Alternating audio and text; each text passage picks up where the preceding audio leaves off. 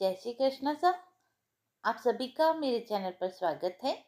सभी को गणगौर पर्व की हार्दिक शुभकामनाएं।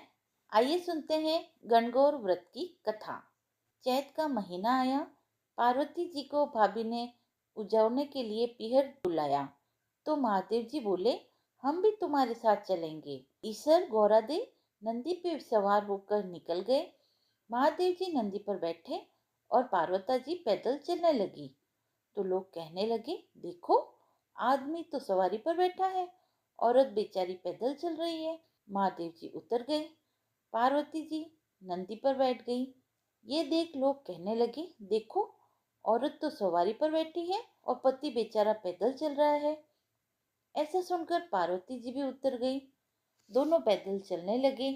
कुछ दूर चले कि लोग कहने लगे, देखो वाहन होते हुए भी दोनों पैदल चल रहे हैं। तो ईश्वर और गौरादे दोनों नंदी पर बैठ गए। तो लोग बोले, देखो छोटे से जीव पर दोनों बैठ गए। पार्वती जी बोली, भगवान दुनिया कैसी है, नंदी पर बैठने नहीं देती और ना ही पैदल चलने देती है। ईश्वर जी बोले, पार्वती ये संसार है, यहाँ ऐसा ही होता है। आगे गए तो एक गाय उठती बैठती बेचैन हो रही थी। गौरादे ने पूछा, भगवान ये गाय कष्ट में क्यों है? तो ईश्वर जी बोले, इसके बछड़ा होने वाला है। गौरादे बोली, बच्चे के लिए इतना कष्ट मुझसे सहन नहीं होगा, मेरे गांठ दे दो। ईश्वर जी बोले, आगे चलो। आगे गए तो घोड़ी उठ बैठ कर रही थी। गौरादे बोली, यह घोड़ी को क्या हुआ? तो ईश्वर जी बोले, इसे बच्चा होने वाला है। गौरादे बोली, मुझसे इतना कष्ट सहन नहीं होगा, मेरे गांठ दे दो। ईश्वर जी बोले, आगे चलो। आगे गए तो राजा की नगरी में उदासी छाई थी। ढोल नगाड़े उल्टे पड़े थे। गौरादे पूछने लगी, सब यहाँ उदास क्यों है? ईश्वर जी बोले, यहाँ रानी के कवर होने वाला है। अब तो गौरादे माने नहीं माने। बोले, बच्चे के लिए इतना कष्ट हो तो मुझे बच्चे नहीं चाहिए, आप मेरे गांठ दे दो। ईश्वर जी को गांठ देनी पड़ी। ईश्वर जी ससुराल पहुंचे। पीपल के पेड़ के नीचे वास किया। गौरादे पीहर में सहेलियों में मग्न हो गई। गणगौर का त्योहार आया। ईश्वर जी बोले, आज गणगौर है, सब औरतें पूजा करने आएगी। सवेरे से ही स्त्रियां पूजा करने आने लगी। गौरा देवी सबको सुहाग बांटने लगी। दोपहर के समय कुलीन औरतें ओढ़ पहनकर 16 श्रृंगार करके पूजा करने गीत गाती हुई आई। गौरा दे बोली, ईश्वर जी मैंने तो सारा सुहाग बांट दिया और ये औरतें अब आई है। ईश्वर जी बोले, गौरा दे चिट्टी उंगली जल में खोलो, नैनों का सुरमा निकालो, मांग से सिंदूर निकालो, टिक्की में से रोली निकालो और सभी स्त्रियों को अमर सुहाग दो। इस वक्त गौरा जी ने मांग से सिंदूर, चिट्टी अंगुली की मेहंदी, टिक्की से रोली, आंखों का काजल लेके लोटे के जल में डालकर जवारे से सभी पूजा में आई कन्या तथा स्त्रियों को अमर सुहाग के छींटे दिए। गौरा दे ने ईश्वर जी के कहे अनुसार सबको अमर सुहाग दिया। अब ईश्वर और गौरा जी घर आए। ईश्वर जी खाना खाने बैठे तो उन्हें अचानक से मजाक करने की सूझी।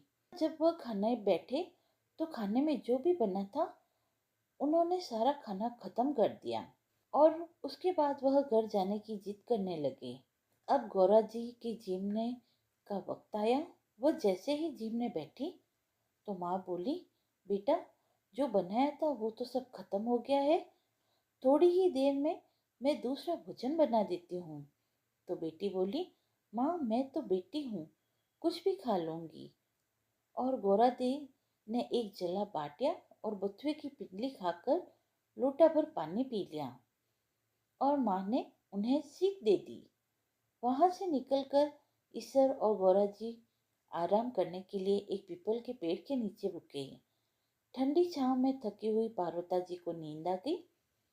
ईश्वर जी ने पार्वती जी की पेट की ढकनी खोली तो देखा कि उसमें एक जला हुआ बाटिया और बथुए की पिंडली थोड़े से पानी के साथ पड़ी है। ईश्वर जी ने ढकनी को वापस ढक दिया। जब पार्वती जी जागे तो ईश्वर जी ने पूछा, गौरा जी आज क्या क्या जीमा? गौरा देव बोली, ईश्वर जी जो आपने जीमा वही हमने जीमा। ईश्वर जी कहने लगे, पार्वती सच सच बोलो। गौरा देव बोली, रसोई में माँ बेग थोड़ी ना करेगी।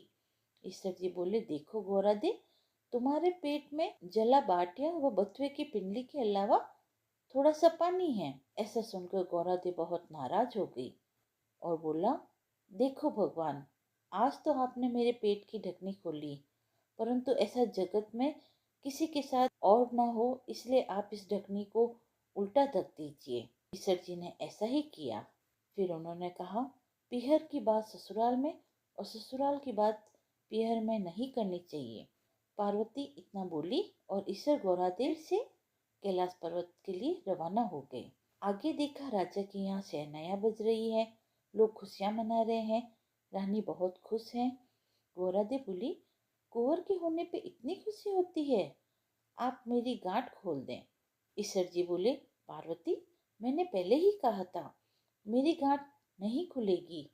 आगे घोड़ी के बच्चा हुआ, वो अपने बच्चे को प्यार से चाट रही थी, वह बहुत प्रसन्न थी। पार्वती बोली, भगवान आप मेरी गांठ खोलो। महादेव जी बोले, ये गांठ नहीं खुलेगी।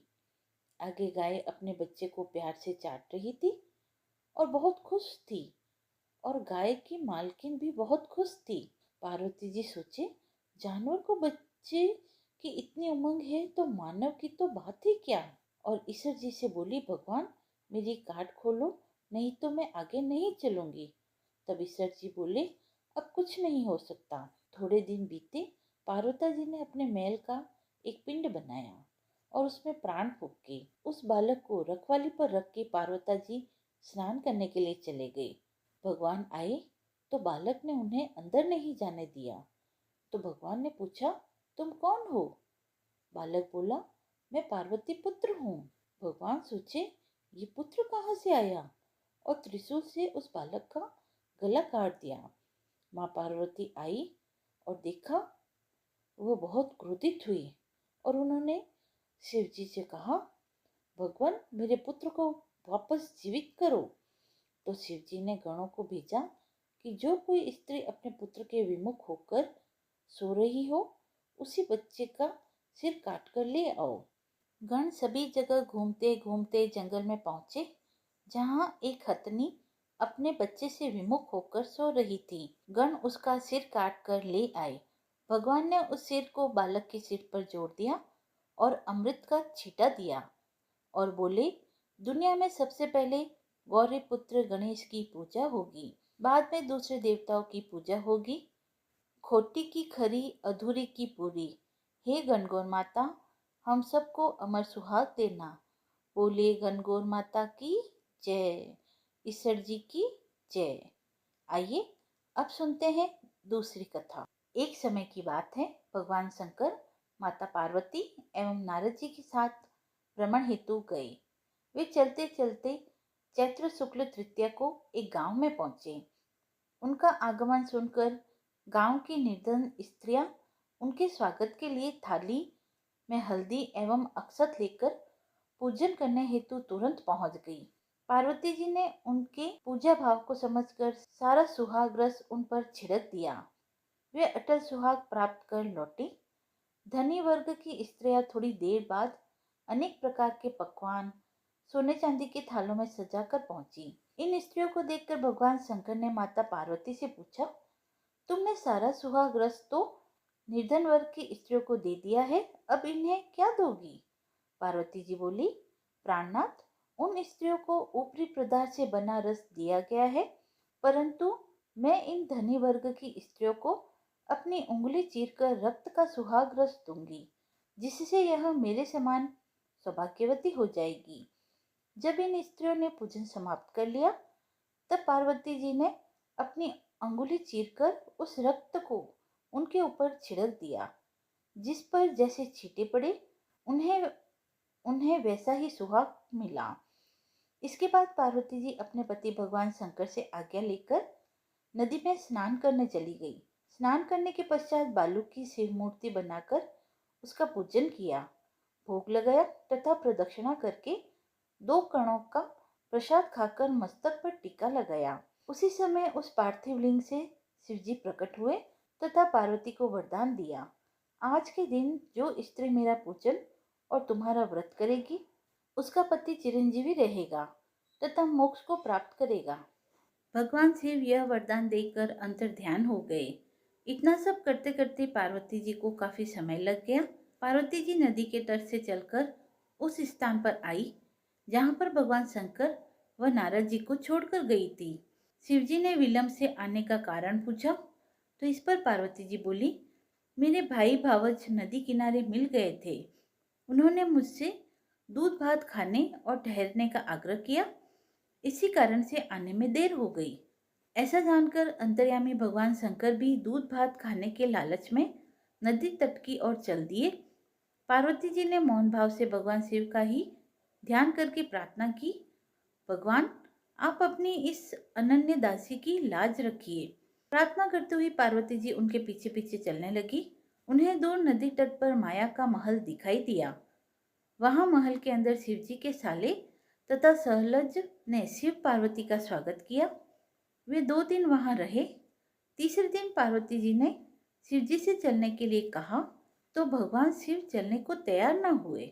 तब पार्वती जी रूठकर अकेले ही चल दी। ऐसी परिस्थिति में भगवान शिव को भी पार्वती जी के साथ चलना पड़ा। नारद जी साथ चल दिए। चलते चलते भगवान शंकर बोले, मैं तुम्हारे मायके में अपनी माला भूल आया। माला लाने के लिए पार्वती जी तैयार हुई तो भगवान ने पार्वती जी को न भेजकर नारद जी को भेजा। वहां पहुंचने पर नारद जी को कोई महल नजर नहीं आया। वहां दूर दूर तक जंगल ही जंगल था। सहसा बिजली कौंधी। नारद जी को शिव की माला एक पेड़ पर टंगी दिखाई दी। नारद जी ने माला उतारी और शिवजी के पास पहुंचकर उन्होंने शिवजी को सारा वृतांत बताया। शिवजी हंसकर कहने लगे, यह सब पार्वती की ही लीला है। इस पर पार्वती जी बोली, मैं किस योग्य हूँ, यह सब तो आपकी ही कृपा है। ऐसा जानकर महर्षि नारद जी ने माता पार्वती तथा उनके पतिव्रत प्रभाव से उत्पन्न घटना की मुक्त कंठ से प्रशंसा की। कथा समाप्त हुई। आइए अब सुनते हैं गणगौर की तीसरी कथा। राजा ने बाए जौ चना, माली ने बाई दूब। राजा का जौ चना बढ़ता जाए, माली की दूब घटती जाए। अर्थात एक राजा ने जौ और चने बोए थे और एक माली ने दूब बोई थी। राजा के जौ और चने बढ़ते जा रहे थे परंतु माली की दूब घटती जा रही थी। एक दिन माली के बेटे ने सोचा कि राजा के जौ चने तो बढ़ते जा रहे हैं पर मेरी दूब क्यों घटती जा रही है। तो उसने एक दिन निश्चय किया कि वह एक दिन छुप कर देखेगा आखिर उसकी दूब कम क्यों हो रही है। दूसरे दिन सुबह वह उठा और लंबी लंबी धूप में जाकर छुप गया। फिर उसने देखा कि राजा के महल की लड़कियां उसके यहाँ आ रही है तथा वह धूप तोड़कर लेकर जा रही है। तब माली के बेटे ने उसे रोका तो लड़कियों ने कहा, हम 16 दिन तक पूजा करने के लिए तुम्हारे यहाँ से दूब लेकर जा रहे हैं। जब 16 दिन पूरे हो जाएंगे तब हम पूजा पा और भी बहुत सारी वस्तुएं तुम्हें देकर जाएंगे। अब माली का लड़का 16 दिन बाद मिलने वाले पूजा पे की राह देखने लगा। 16 दिन पूरे हुए। माली के बेटे ने माँ से पूछा, माँ राजा की बेटियां आई थी क्या। तब उसकी माँ ने कहा कि हाँ 16 दिन पूरे हो गए और राजा की बेटियां पूजा पा और बहुत सा सामान लेकर आई है और वह सारा सामान ओवरी में रखा हुआ है, जाकर देख लो। माली का बेटा ओवरी की तरफ जाता है तथा दरवाजा खोलने का प्रयास करता है परंतु उसके बहुत प्रयास करने पर भी ओवरी का दरवाजा नहीं खुलता। तब वह माँ को आकर बोलता है, माँ ओवरी का दरवाजा तो नहीं खुल रहा है। तब उसकी माँ कहती है कि ओवरी तो तुमसे खुल नहीं रही है, तुम पराई जाई को क्या ढाबोगे। तब वह बोलता है, माँ पराई जाई को तो मैं ढांप लूंगा, अभी दरवाजा खोलने का कोई उपाय बताओ।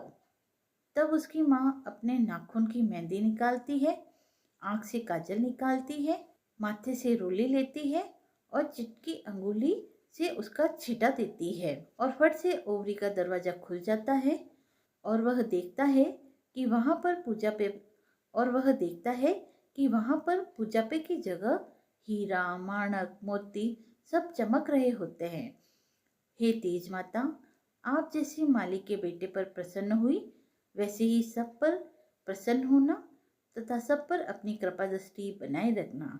बोलिए गणगौर माता की जय, ईश्वर जी की जय। यदि आपको ये कथाएं पसंद आई हो तो आप मेरे चैनल को लाइक, शेयर एंड सब्सक्राइब करें। धन्यवाद।